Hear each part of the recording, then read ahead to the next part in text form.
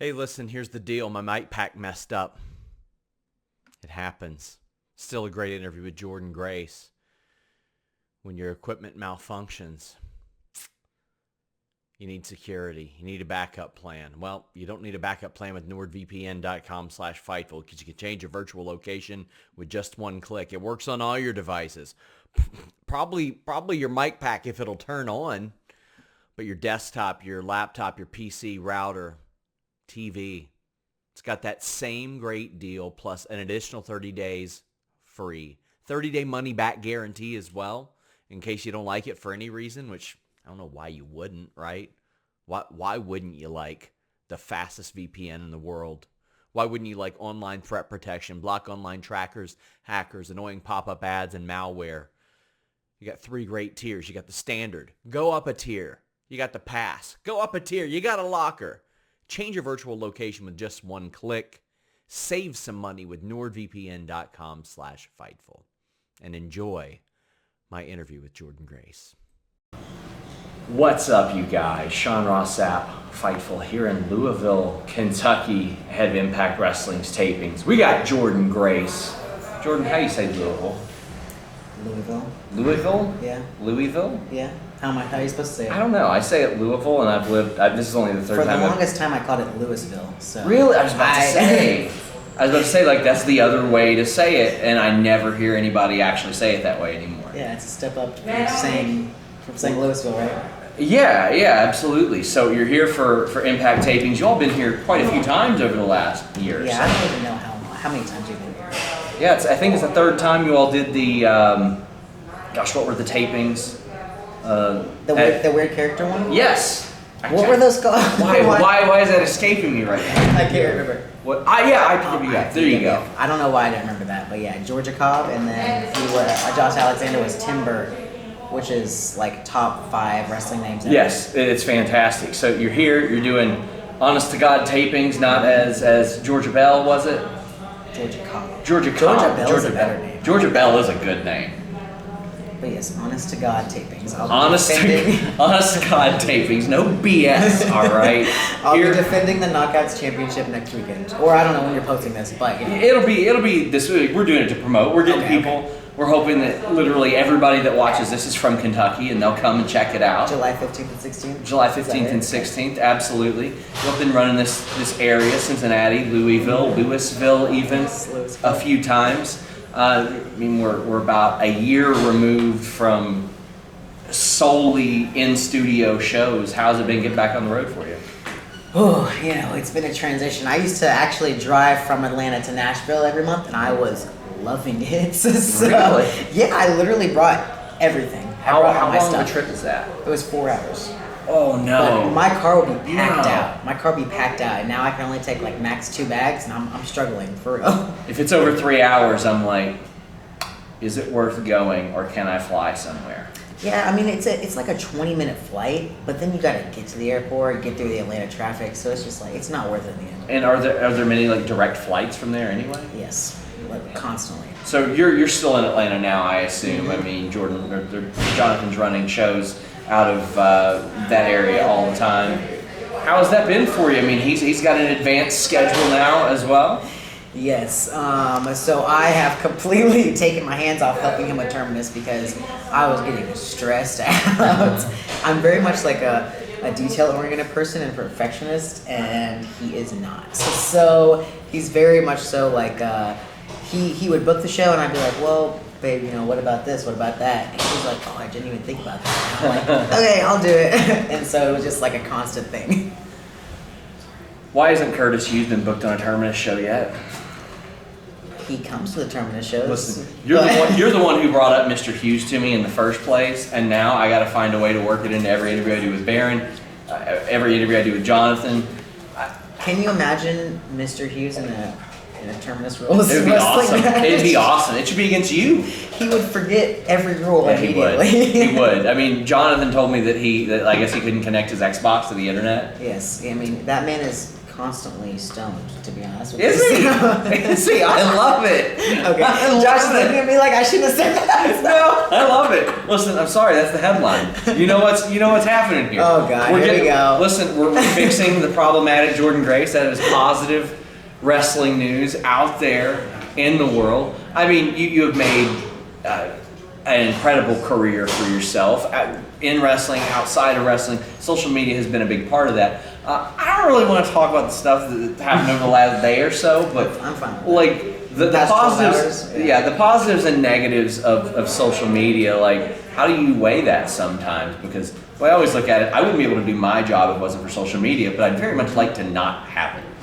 Wow, I'm pretty much on the exact page as you. I love to connect with fans, but Yes. a lot of the times I don't think a lot of people were taught reading comprehension in school, so I feel like, it's not just me, it's every person that tweets ever, just their tweet will get completely taken out of context and just like, it's like a game of telephone on Twitter, but you can go back and read the tweet and prove that that's not what the person said, so it's just a whole thing. But so there's obviously like the highest highs of social media, but Sure. there's also the lowest lows. And over the last few years especially, we've seen this incredible physical transformation. Do you remember like the turning point where you're like, I'm just gonna get super swole? Like, and because I mean, we've seen Jonathan doing it too. Yeah, It's like you all are one-upping each other. We actually, I don't think there was a specific moment, but we got a powerlifting coach, and dude is like, I don't know. Curtis Hughes. No, it's not Curtis Hughes. It's a guy named Rico. I'm honestly not even sure of his last name. He's like Constantino. Yeah, probably. Billy and Chuck's manager. He's from back in the literally day. like this enigma. He doesn't ever talk about his personal life. He's just like this 7-foot dude who's like 300 pounds, but like stacked. And so we saw him in the gym one day and we started talking to him. He was like, yeah, I train people at LA Fitness, which is, I guess, technically illegal because they have the actual trainers there. And so technically illegal. No, like- illegal or against their rules? Like, are they gonna come haul them off? Against their rules. I mean, they actually did kick him out one time and he just came back and nothing happened. Yeah, of so course. It's fine. And once we got with him, like, he's just absolutely insane and he pushed us to just like keep growing bigger and bigger. That's incredible. So I mean, like, what are some things like along the way that you've been like, I discovered I can do this in the ring now, and maybe I couldn't before? Oh my God, there's so much stuff. Like, I could not do. For 12 years, I've been trying to skin the cat. Oh yeah. And just recently, like in the past month, I learned I could do that. I've tried it so many times at training, and the other day I was just at a ring, and I was just like, man, it's been a while since I tried this, and I did it, and it was like no problem, and I was like, whoa.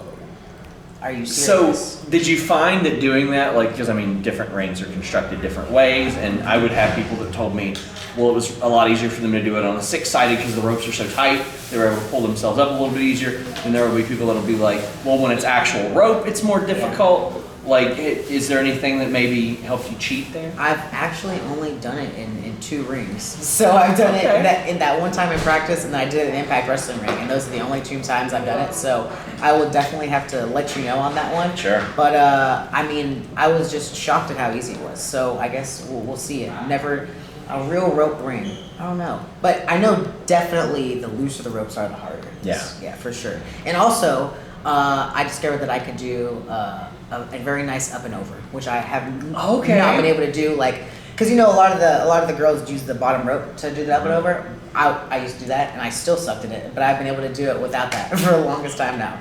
I would have assumed that was a height thing, not picking on your height, but I would have assumed it was a height thing over a strength thing. Thank you for that. Yeah. I mean, no, you definitely have to have a lot of upper body strength too. Yeah, of course. Sure. And because I'm so short, I have to get even higher. Yes. So last year, I think it was spring of last year, you signed a new multi-year deal with Impact Wrestling. I sure did. I remember the first time you joined Impact Wrestling, you had a bit of a waiting period there. You proved yourself, and you went to them and you said, hey, I'd like to sign long-term. They did that. Yeah. So it'll be like, at least by the end of this deal, 4 or 5 years. So I mean, that's become a place that you've really established yourself on television and made a name for yourself. What all went into that decision to stay with Impact? I mean, honestly, I don't completely 100% know. I feel like Impact, it's just always been this place where I felt so comfortable in going up to people and asking people about their knowledge. Like everybody, I've done extra work at WWE. and it's terrifying to be completely honest with you. I didn't feel like the most welcomed when I was there. I actually was a rosebud one time. Were you? Yes, I didn't know that. I was a rosebud. You don't know this because listen to this story. I was a rosebud, and I remember this was years ago. I was maybe 17, 18, and I was at the front of the line, they have, and they actually took me from the front and put me in the back, and they put Scarlett Bordeaux in the front. Oh no! I was like, well, I guess she is prettier, right? So like, a lot of times people will tell me they did extra work like that. They might be under a mask or anything. Were you in a costume? What was your costume? I was wearing like a sailor outfit. So like a blue sailor outfit. So if you go back in the day, and I think Ricky Starks was also one of the rosebuds at that time. I didn't know that. Yeah, I can't wait to bully him. I can't wait to bully his turtleneck wearing ass about that. He was probably wearing a turtleneck there. That was his costume. I can't remember what he was wearing. It was like 10 years ago at this point. So I think it was maybe a few weeks ago. I had even pinged you, and I was like, "Hey, Mikey Ruckus is working on a song for you. What's up with this? Yeah. What's up? What's going on here?" Because somebody was like, "You should come on to AEW," and you're like, "No, he makes my songs all the time." Yeah, he did it before he was even signed to AEW, and before even AEW was a concept at that point. So, yeah, definitely still with Impact. I thought it was so funny when you said that because I literally like 2 days before had asked him to make me a new entrance song. I learned everything. Yeah, it's kind of actually scary a little bit. And he messaged me. I was like, how would he know? Like, Mikey must have told him. But Nope. then I messaged Mikey, and he was like, no, I think a fan saw it on like one of his streams or something. He was working on my song. But yeah. No comment. No comment. Who knows? He has his sources.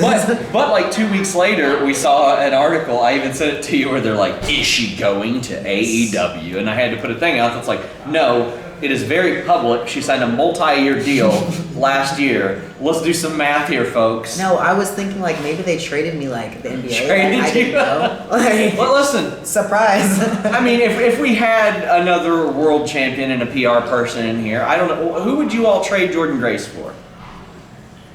Baker Mayfield got traded for a 5th round pick. Like, I wouldn't take anybody less than a CM Punk or John Moxley. how about that? That is so sweet. Esteemed world champion. The offer's on the table, Tony Khan.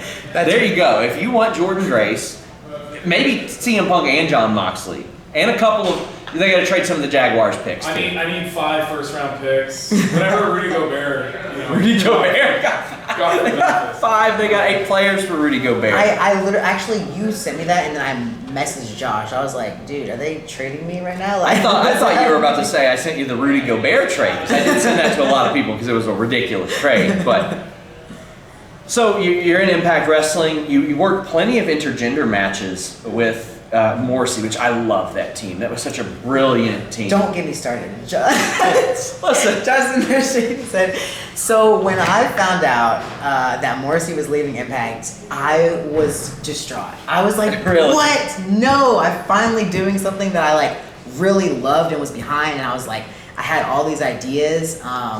I loved our finisher. Like, he did kick me in the back of the head one time, but that's fine. Oh my gosh. She teared up in the car leaving the show. Yes, I was just so excited about us as a team. Okay, I was gonna get a jean singlet made. Like, That's awesome. I was Why ready. not? Yeah, exactly. Why not just take all of his moves? That's what I'm saying. Reynolds doing it with Randy Orton right now. Like, and there's no like really big brother little sister dynamic Yes. as a wrestling team anymore, and I feel like that would have been so good. But yeah. You all could have did what I interrupted you. Steve and Allison Carino, or Steve and Kathy Carino never did. You all could have been the big brother, big sister. But I love that. And I mean, you were obviously no stranger to working intergender matches, and Impact has been pretty open about that in the past too. How was that for you? Sort of doing it in a tag fashion, which is a little bit different because it wasn't mixed tag. It was, I mean, sometimes it was, but it was a lot of times just intergender as a tag team. I mean, it wasn't very much different, to be honest with you. Like, the only thing that's really good about tag team wrestling is you get a break every once in a while. Yeah. So I'm a big fan of that. So you all would do an awful lot. I saw you all work with Shark Boy. I was there for that show. Dude, yeah, we did work with Shark Boy.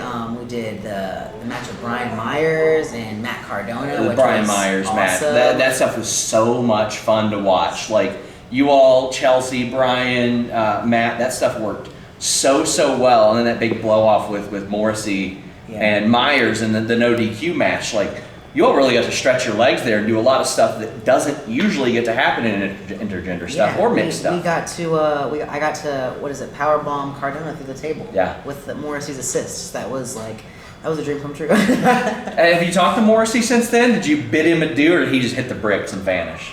Oh man, so we have each other's numbers, and the last time I talked to him, I actually got a shirt design for us made. That was before he left. So I wish he'd give me the heads up before I got the design made. You got like an airbrush T-shirt, and you're just like holding it up, and you're like, what happened? Yeah, so I messaged him, and I was like, hey, could we sell this on my website, and I'll give you half the profit? And he was like, no, you can keep all the profit. This was your idea. And I was like, okay, that's really nice. That's really sweet. This is like what I get for you leaving me, basically. Your parting gift. So we've seen Impact work with New Japan, AEW, now MLW we're seeing. Oh, we do business. Doing a lot of business. I mean, there's a lot of doors being open, and Impact is the center Josh, of a lot can you go upstairs while I do this interview? So, I mean, are there any of those companies you look at and you say, I'd like to do some crossover there, I'd like to bring this person over? Oh man, so obviously you're going to work Rocky Romero somehow. Everybody does. That would be great, but specifically for the women, I've actually been asked this question several times today, but I would love to wrestle Rhea Ripley from WWE. Okay. I feel like her transformation is insane. She kind of went from like looking like a Barbie doll to looking like this really bad bitch, and I think she's awesome. And then also Jade Cargill, we trained a few times together. She lives in Atlanta too. I believe she's from there. But I just feel like she hasn't been wrestling for very long. Obviously just like a year and a half or so. But she's hungry, and you can tell like she has something to prove, and she wants to prove it. Her boyfriend, husband owns the minor league team about an hour away from here in Lexington too. You'd mentioned Rhea Ripley, the tallest 5'8" woman to ever exist. Is she actually 5'8"? So she was listed as 5'7", and I asked her that in an interview. I was like, what's your shoot height? And she was like, well, I think when I came over here when I was like 20, I was 5'7", and I've grown a little bit, and I'm like 5'8.5" now. Wow, so, must be nice to just like get an inch out of listen, nowhere. I'm just telling you.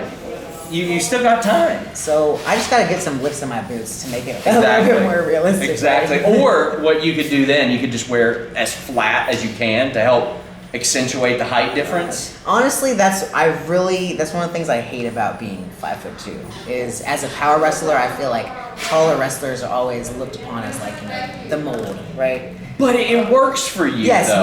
my what is it called? Lower center of gravity definitely helps a lot. You can get your hips underneath people, yes, dump them on their 100%. head. Like that stuff is very helpful. And also from an aesthetic thing, seeing a jacked 5'2" person, it's the Taz effect, right? Like, yeah, that's true. Did you ever hear how Vince McMahon explained Taz on Rise and Fall of ECW? No, tell me. He called him ECW's sawed-off monster. And I was like, that's a badass gimmick. That is an awesome gimmick. That is awesome. Like, you look at them, you're like, they're little, but I can't do anything to them. Like, there's nothing. We can dunk punches easier.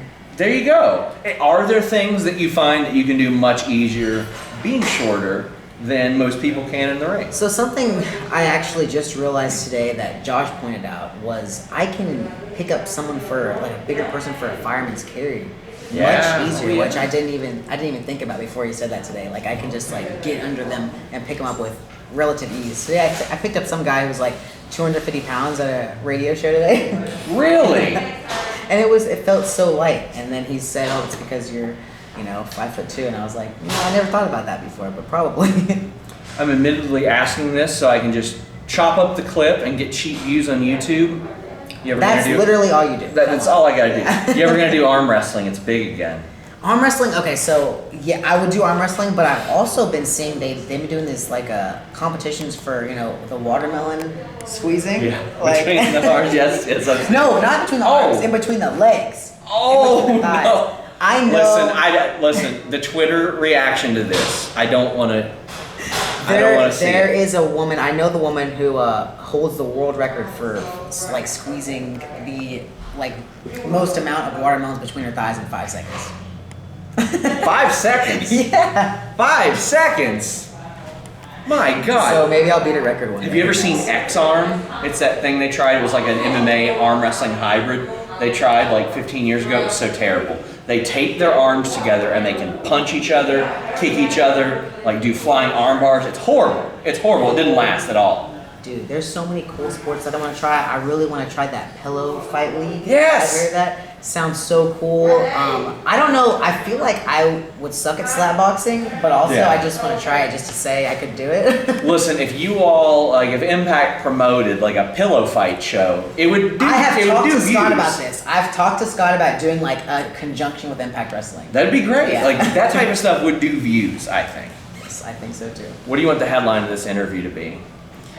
Oh my god. Besides, Jordynne Grace wants to crush watermelons with her legs. Can that just be it?